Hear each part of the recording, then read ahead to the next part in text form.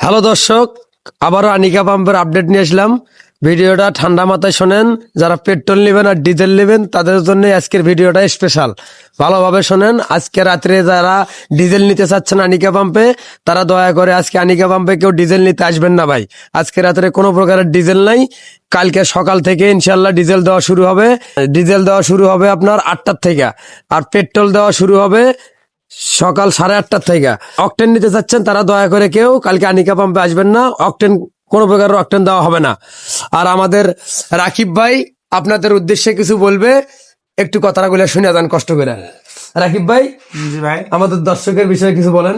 এই শামিম ভাইয়ের আইডিটা সবসময় আপনারা শেয়ার করবেন বেশি করে, আর এই ভিডিওটা সবসময় বেশি শেয়ার করবেন, বেশি বেশি করে শেয়ার করা লাগবে। এই ভিডিওটা বেশি শেয়ার করার কারণ হচ্ছে দর্শক, আমার দুটো ভিডিও 5 লাখ করে ভিউ লাগবে।